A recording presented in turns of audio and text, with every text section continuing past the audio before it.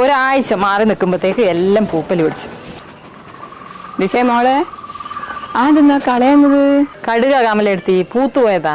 അയ്യോ മോളെ, കടു കളയരുത്. കടു കളഞ്ഞാലേ വീട്ടിൽ അടിപിടി ഉണ്ടാവും. മാത്രമല്ല കടം കയറി മുടിയേം ചെയ്യും. അയ്യോ അങ്ങനെയല്ല ഉണ്ടാ? അല്ല മോളെ, ഇതൊന്നും നിന്നോട് വീട്ടിൽ നിന്നാരും പറഞ്ഞു തന്നിക്കില്ല. നമ്മളൊന്നും അറിയാണ്ട് പോലും ഒരു മണിക്കാട് നിലത്ത് വീഴലില്ല.